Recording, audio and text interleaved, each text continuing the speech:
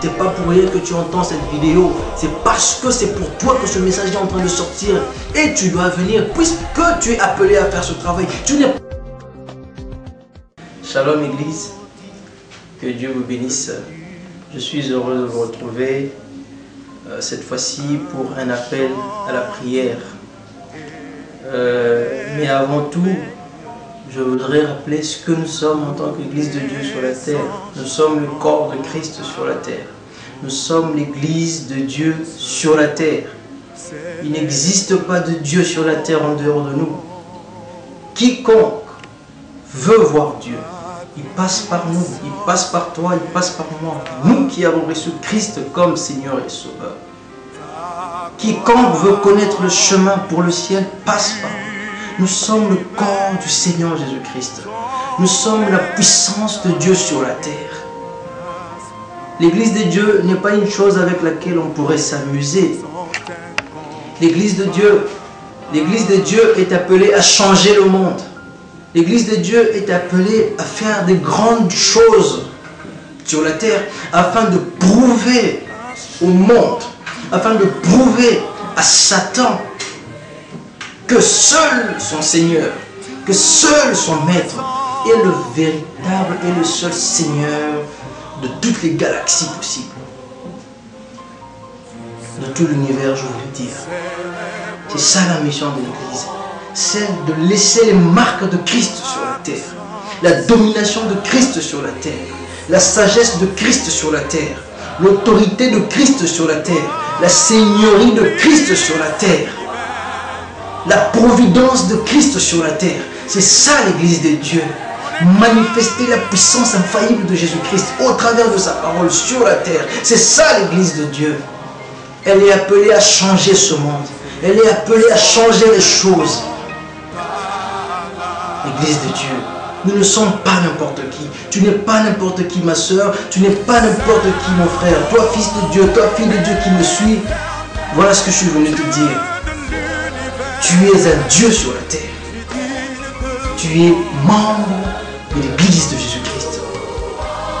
Mais, comme vous le savez, cette Église a commencé à Pentecôte avec la descente du Saint-Esprit.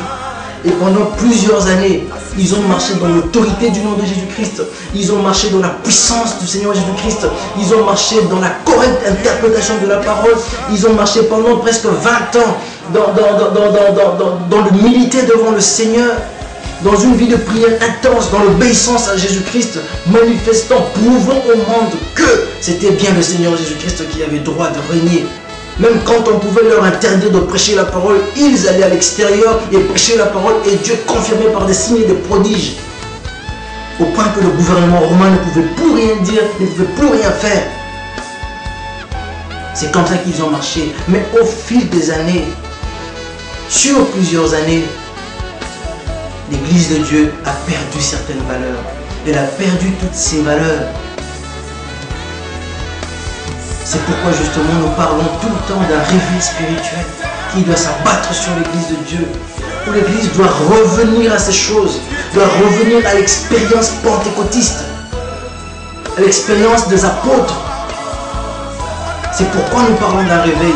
Mais ces choses, nous devons les chercher. Nous ne devons pas être comme si nous nous contentons, nous sommes satisfaits de ce qu'il y a.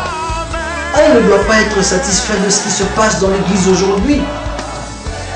On doit soupirer, on doit gémir, on doit aller priant, gémissant devant le Seigneur, pleurant, versant des larmes, sortant de la mort, pour que ces choses reviennent dans l'Église dans le même sens, dans les mêmes valeurs que celles de la Pentecôte, avec la même onction, avec la même puissance, avec la même sagesse, avec la même intelligence, avec le même Dieu en train de se manifester, avec le même amour pour Christ. Mais nous sommes déçus de constater que ce sont nos besoins matériels, c'est la percée financière, c'est la percée conjugale, la percée professionnelle qui nous intéresse le plus maintenant. Or, il a été dit dans la parole Cherchez premièrement le royaume, premièrement la gloire de Dieu. Et il ne peut recevoir la gloire que si l'Église est en train de la manifester sur la terre et le monde entier sera en train de reconnaître que là c'est Jésus-Christ, il ne faut pas toucher. En ce moment-là, il reçoit la gloire. Quand l'Église de Dieu sera en train de relever chaque défi en termes d'Église, corps de Christ, là il reçoit la gloire. Mais non pas quand la politique prend le dessus sur nous, non pas quand les maladies prennent le dessus sur nous, non pas quand les études ou quoi que ce soit prennent le dessus sur nous. Mais Christ, lui et lui seul doit prendre le dessus sur nous. C'est ainsi qu'il nous appelle à la prière. Nous devons revenir, chercher sa face. Là sur la montagne, comme il a appelé Moïse, monte vers la montagne. Pourquoi? Parce que j'ai des choses à te dire, j'ai des choses à te montrer.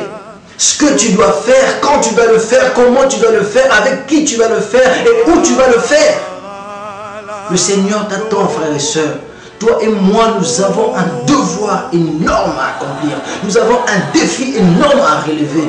Celui de montrer au monde entier que Christ Jésus est le seul maître. Christ Jésus est le seul Seigneur au-dessus de tout système, au-dessus du système éducationnel, au-dessus du système politique, du système économique de ce monde, au-dessus de toutes ces choses, au-dessus des ordres que le monde essaye d'établir. Il est l'ordre au-dessus de tout ordre. Le Seigneur Jésus-Christ, nous devons le montrer, mais il faut que nous allions vers lui pour prier, gémissons pour ces choses. Mais regardez, à la Pentecôte, qu'est-ce qui a provoqué cette chose? C'était la descente du Saint-Esprit, l'expérience du baptême du Saint-Esprit. Et nous devons prier pour réclamer cette réalité, la réalité pentecôtiste du début. Le Saint-Esprit, vous recevez une puissance survenant sur vous, le Saint-Esprit. Ça, c'est ce que Dieu a promis. Ça, c'est ce que Dieu veut que nous fassions. Il dit dans les derniers jours, je répandrai de mon esprit sur toute chair.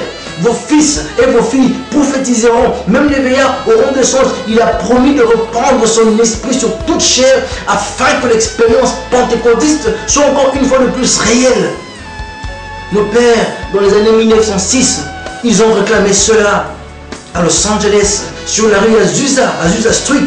Ils ont réclamé cela et Dieu s'est répandu à nouveau. On a eu une autre Pentecôte. Encore au fil des années, on a perdu certaines choses, certaines valeurs. Mais maintenant, il est temps que ce réveil s'abatte sur l'Église pour un départ, puisque l'Église doit être enlevée.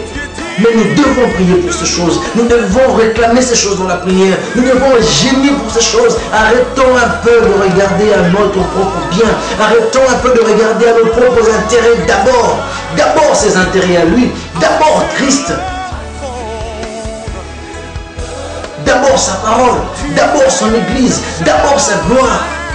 Et ces choses, ce sont les païens qui les demandent. La percée financière, ce sont les païens qui les demandent. Les oiseaux même ne travaillent pas, mais il les nourrit. Qu'en est-il de toi? Qu'en est-il de moi? Il est capable de nous prendre en charge. Il est le même hier, aujourd'hui, pour toujours, pour ses besoins. Il ne les ignore pas, il le sait, mais il veut que ton amour à toi, que ton amour à moi, pour lui, soit le tout premier d'abord. D'abord cet amour-là pour lui. L'aimer d'abord. Chercher d'abord son bien. Voilà pourquoi le prophète va venir chez la veuve. Il dit d'abord moi. Tu me fais d'abord à moi le gâteau. D'abord moi le gâteau. Que je mange. Et ensuite tu feras pour toi et ton enfant. D'abord pour Christ. D'abord pour le Seigneur Jésus. Gémissons pour ces choses. Allons en jeûne de prière pour ces choses. Retirons-nous, restons seuls pour ces choses. Prions le Seigneur, étudions la parole. Prions le Seigneur, étudions la parole, afin qu'il se déverse tellement sur nous. Nous soyons tellement ces prisonniers, prisonniers de sa volonté, prisonniers de la volonté de Jésus-Christ. Frère, tu es appelé à cela. C'est pas pour rien que tu entends cette vidéo. C'est parce que c'est pour toi que ce message est en train de sortir. Et tu dois venir, puisque tu es appelé à faire ce travail. Tu n'es pas n'importe qui. Tu es membre du corps de Christ. Tu es un fils de Dieu. Tu es une fille de Dieu. Venez ensemble avec moi dans la prière. Où que vous soyez, soyez en prière, prions pour ces choses. Que la soif pour ces choses ne tarisse jamais dans votre cœur au nom de Jésus-Christ. Que la recherche de ces choses ne s'arrête pas dans vos vies au nom de Jésus-Christ. Car bientôt, la chose va se manifester. Bientôt est l'enlèvement. Nous sommes en train de partir. Mais il faut d'abord que cette puissance extraordinaire s'abatte sur l'Église. Il faut qu'elle se manifeste d'abord. Et que le monde sache qu'il y a un Dieu qui a bel et bien existé, qui existe, qui a été, qui est et qui sera. Qui est en train de venir. Il est Dieu, le même hier et aujourd'hui, le même hier, aujourd'hui pour toujours. Il ne change pas.